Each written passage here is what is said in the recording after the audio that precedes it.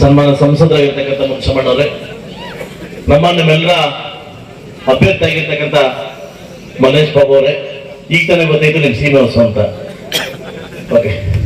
So ಹಾಗೂ ನಮ್ಮ ಅಧ್ಯಕ್ಷ ಆಗಿರ್ತಕ್ಕಂಥ ಕಾಡಿಪುಲ್ಲವರೇ ಹಾಗೂ ಸಿಗಲಿ ಸುಂದರ್ ಅವರೇ, ವೇದಿಕೆ ಮೇಲೆ ಆಸೀನರಾಗಿರ್ತಕ್ಕಂಥ ಎಲ್ಲ ನನ್ನ ಪ್ರಮುಖ ನಾಯಕರಿಗೆ ಅನ್ಸುತ್ತಾ ಬಿಜೆಪಿ ಮತ್ತು ಜೆಡಿಎಸ್ ನಾಯಕರಿಗೆ ನಾನು ಈ ಸಮಯದಲ್ಲಿ ನನ್ನ ಸಾರಿ ಕೇಳ್ತೀನಿ. 4 ಗಂಟೆ ಬರ್ಬೇಕಾಗಿತ್ತು, ಬಿಸಿಲು ಜಾಸ್ತಿ ಆಗಿದ್ರೆ ಬಿಸಿಲು ಕಮ್ಮಿ ಆಗ್ಲಿ ಅಂತ ನಾವೇ ಸ್ವಲ್ಪ ಲೇಟ್ ಆಗಿ ಬಂದಿದ್ದು. ಬಹುಶಃ ಇವತ್ತು ಗೊತ್ತಾಯ್ತು ಲೇಟ್ ಆದ್ರೆ ಎಲ್ಲ ಹಾಲ್ ಕರೆಕ್ ಹೋಗ್ತಾರೆ ಅಂತ. ಬಟ್ ಆದ್ರೂ ಲೇಟ್ ಆದ್ರೂ ಇಷ್ಟು ಅಭಿಮಾನಿಗಳೆಲ್ಲ ಕಾತಿದ್ದೀರಿ. ನಿಮ್ಗೊಂದು ಇವತ್ತೇನು ಮತ ಯಾಚನೆ ಮಾಡ್ಲಿಕ್ಕೆ, ಮತ ಭಿಕ್ಷೆ ಬೇಡಲಿಕ್ಕೆ ನಿಮ್ಮೂರಿಗೆ ನಾವು ಬಂದಿದ್ದೀವಿ. ಇವತ್ತು ನನಗೆ ಬೈಲ್ಫೀಲ್ಡ್ ಕ್ಷೇತ್ರ ಅಂತಂದ್ರೆ ಯಥೇಚ್ಛವಾಗಿ ಓಟ್ ಬರ್ತಕ್ಕಂಥ ಕ್ಷೇತ್ರ. ಸುಮಾರು 272 ಬೂತ್ಗಳಲ್ಲಿ 243 ಬೂತ್ ನನಗೆ ಲೀಡ್ ಕೊಟ್ಟಿದ್ರಿ. 17 ರೋಡ್ಗಳಲ್ಲಿ 17 ರೌಂಡ್ ಒಂದೇ ಲೀಡ್ ಕೊಟ್ಟಿದ್ರಿ. ಇವತ್ತು ಸುಮಾರು 30,000ಕ್ಕಿಂತ ಹೆಚ್ಚು ಏನು ಗೆಲ್ಸ್ಕೊಟ್ಟಿದ್ರಿ.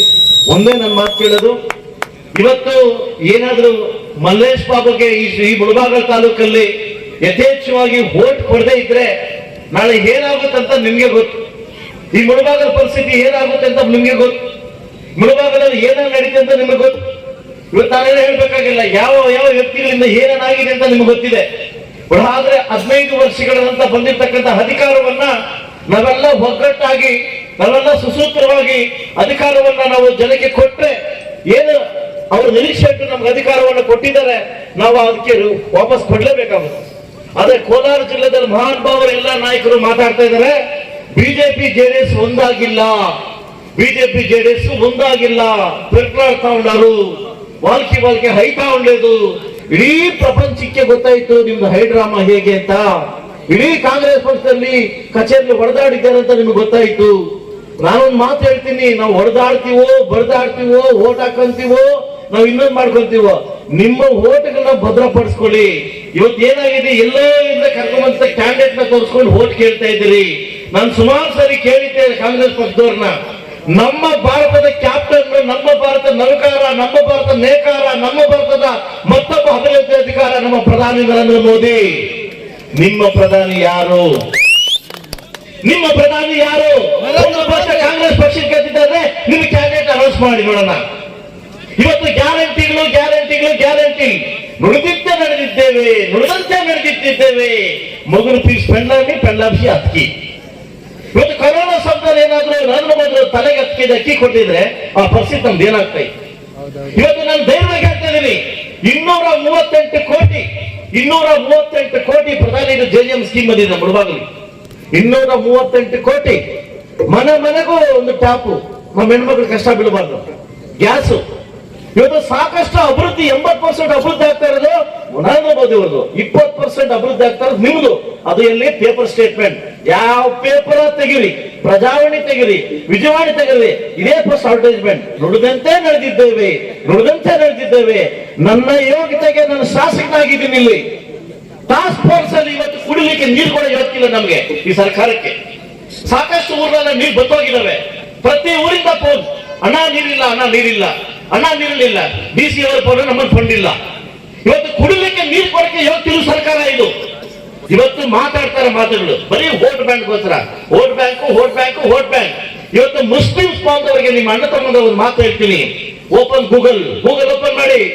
ಆದಿತ್ಯನ ಸರ್ಕಾರದಲ್ಲಿ, ಯುಪಿ ಆದಿತ್ಯ ಅವರ ಸರ್ಕಾರದಲ್ಲಿ ಗೂಗಲ್ ಓಪನ್ ಮಾಡಿ, ಎಷ್ಟು ಜನ ಮುಸ್ಲಿಂ ಬಾಂಧವರು MLA ಆಗಿದ್ದಾರೆ? 45 ಜನ MLA ಆಗಿದ್ದಾರೆ.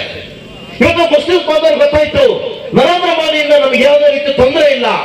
ಸಾಕಷ್ಟು ಜನ ಯುವಕರು ಎಚ್ಚೆತ್ತುಕೊಂಡಿದ್ದಾರೆ, ನಮ್ಮ ದೇಶಕ್ಕೆ ನಾವು ದೇಶ ಕಾಪಾಡಬೇಕು, ನರೇಂದ್ರ ಮೋದಿ ಬೇಕು. ಸೊ ಅಂತವ್ರ ಜೊತೆ ನಾವು ಇರಬೇಕು ಅನ್ನೋದಕ್ಕೆ ಇಡೀ ಯುಪಿ, ಉತ್ತರ ಪ್ರದೇಶ ಎಲ್ಲ MLA 45 ಜನ MLAಗಳು ಇವತ್ತು ಬಿಜೆಪಿ ಸರ್ಕಾರದಲ್ಲಿ ಇದ್ದಾರೆ. ಆದ್ರೆ ಈ ಕರ್ನಾಟಕದಲ್ಲಿ ನಮ್ಮ ಮುಸ್ಲಿಂ ಬಾಂಧವರನ್ನ ವೋಟ್ ಆಗಿ ಪರಿವರ್ತನೆ ಮಾಡ್ತಾವ್ರೆ.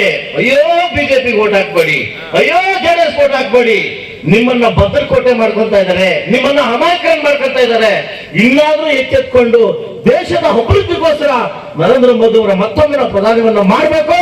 ಆ ಪ್ರಧಾನಿಯನ್ನು ಹಾಕ್ಬೇಕಾದ್ರೆ ನಮ್ಮ NDA ಕ್ಯಾಂಡಿಡೇಟ್ ನಮ್ಮ ಮಲ್ಲೇಶ್ ಬಾಬು ಅವ್ರನ್ನ ದಯವಿಟ್ಟು ಇಲ್ಲಿ ವೋಟ್ ಹಾಕಿ ಗೆಲ್ಲಿಸಬೇಕು ಅಂತ ಹೇಳ್ತಾ, ಯಾವುದೇ ಬೂಟಾಟಕ್ಕೆ ಮಾತಾಡಿಗೆ ತಲೆ ಕೊಡ್ತಕ್ಕಂಥ ವಿಷಯ ಬೇಡ.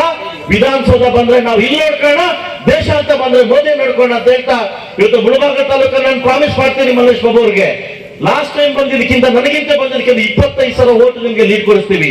It my promise. ನಮ್ಮೆಲ್ಲ ನಾಯಕರಿಗೆ ಮಾತು ಕೊಡ್ತೀನಿ ನಿಮ್ಗೆ.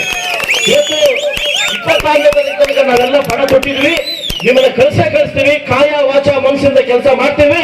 ಎಷ್ಟೋ ಜನ ಅನ್ಕೊಂಡಿದ್ದಾರೆ, ಏನ್ ಅನ್ಕೊಂಡಿದ್ದಾರೆ, MLA ಸಮೃದ್ಧಿ ಮಂಜುಪನ್ ಆಪೋಸಿಟ್ ಆದಿನಾರಾಯಣ ವಾಯನ್ ಗೋವಿ ಇವನ್ ಗೋಟೇಶ್ ಎಲ್ಲದು ಅನ್ಕೊಂಡು. ಇವತ್ತು ನಾನು ಸತ್ಯ ಹೇಳ್ತೀನಿ ಗೋವಿ ಜನಾಂಗದ ಬಗ್ಗೆ.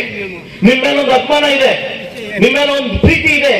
ಯಾವ ಹಳ್ಳಿಯಲ್ಲಿ ಗೋವಿ ಜನಾಂಗ ನಾನು ಕಡಿಮೆ ಮಾಡಿಲ್ಲ. ಅವತ್ತು ನಿಮ್ಗೆ ಗೊತ್ತಾಯ್ತು, ನೀವು ವ್ಯಕ್ತಿತ್ವ ಬೆಲೆ ಕೊಡ್ತೀರಿ, ಪಕ್ಷಕ್ಕಲ್ಲ ಅಂತ ಗೊತ್ತಾಯ್ತು. ಇವತ್ತು ನನ್ನ ರೈತ ಸಮುದಾಯ ಕೇಳ್ತೀನಿ, ಇವತ್ತು ಅವ್ರ ಋಣ ತೀರ್ಸ್ಕೊಳ್ತಕ್ಕಂಥ ಟೈಮ್ ಬಂದಿದೆ. ಇವತ್ತು ನಮಗೆ ಗುರುಗೆಲ್ಲ ಗೊತ್ತಿದೆ ಏನ್ ಹೋಟ್ ಹಾಕಿದ್ದಾರೆ. ಅವರ ಕುರು ಸಂಘದ ಒಂದು ವ್ಯಕ್ತಿನ ಗೆಲ್ಸ್ಕೊಡ್ತಕ್ಕಂಥ ಏನ್ ನಮ್ಮೂರ್ ಕಡೆ ಏನ್ ಹೇಳ್ತೀವಿ ಮುಯಿ ಇಚ್ಛೆ ಇಲ್ಲ ಅಂದ್ಬಿಟ್ಟು ಅವ್ರ ಋಣ ತೀರ್ಸ್ತಕ್ಕಂಥ ಟೈಮ್ ಬಂದಿದೆ. ನಾವೆಲ್ಲಾ ಬಲ್ಸ ಸಮುದಾಯದ ಬಿಟ್ಟು ಇವತ್ತು ನಾವು NDA ಕ್ಯಾಂಡಿಡೇಟ್ ಗೆಲ್ಸೋ ಮುಖಾಂತರವಾಗಿ ನಮ್ಮ ಮುನ್ಸಾಮಣ್ಣ ಯಾವ ರೀತಿ ಗೆಲ್ಸಿದ್ರು ಅದೇ ರೀತಿ ನಮ್ಮ ಮಲ್ಲೇಶ್ ಗೆಲ್ಸೋ ಮುಖಾಂತರವಾಗಿ ನಾವು ಕೂಡ ಸ್ವಾಭಿಮಾನದಿಂದ ತೋರಿಸ್ತಕ್ಕಂಥ ದಿನ ಬಂದಿದೆ. ಇವತ್ತು ಇಷ್ಟೊತ್ತಾದ್ರೂ ಕೂಡ ನೀವೆಲ್ಲ ಇದ್ದು ಈ ಭಾಗದಲ್ಲಿ ಯಶಸ್ವಿ ಮಾಡಿಕೊಡ್ಲಿಕ್ಕೆ ಎಲ್ಲಾ ನಾಯಕರಿಗೂ ಹೊಂದಿಸುತ್ತಾ ಎಲ್ಲ ನನ್ನ ಬಿಜೆಪಿ ನಾಯಕರಿಗೂ ಇದೇ ರೀತಿಯಿಂದ ಮುಂದೆ ಸಾಗೋಣ ಸರ್. ದಯವಿಟ್ಟು ತಪ್ಪು ತಿಳ್ಕೊಂಬೇಡಿ, ಇದೇ ರೀತಿಯಿಂದ ಮುಂದೆ ಸಾಗೋಣ. ಬೇಸಿಕ್ಕಾಗೆಲ್ಲ ನಮ್ಮ ಮುಳಬಾಗ ತಾಲೂಕು ಕೂಡ ಇದೇ ರೀತಿ ಮುಂದೆ ಸಾಗೋಣ ಅಂತ ಹೇಳ್ತಾ ಅವಕಾಶ ಮಾಡಿಕೊಟ್ಟಿದ್ದಕ್ಕೆ ಎಲ್ರಿಗೂ ಧನ್ಯವಾದ ಹೇಳ್ತಾ ನನ್ನ ಮಾತು ಮುಗಿಸ್ತಾ ಇದ್ದೀನಿ. ಜೈ ಕರ್ನಾಟಕ ಮಾತೆ.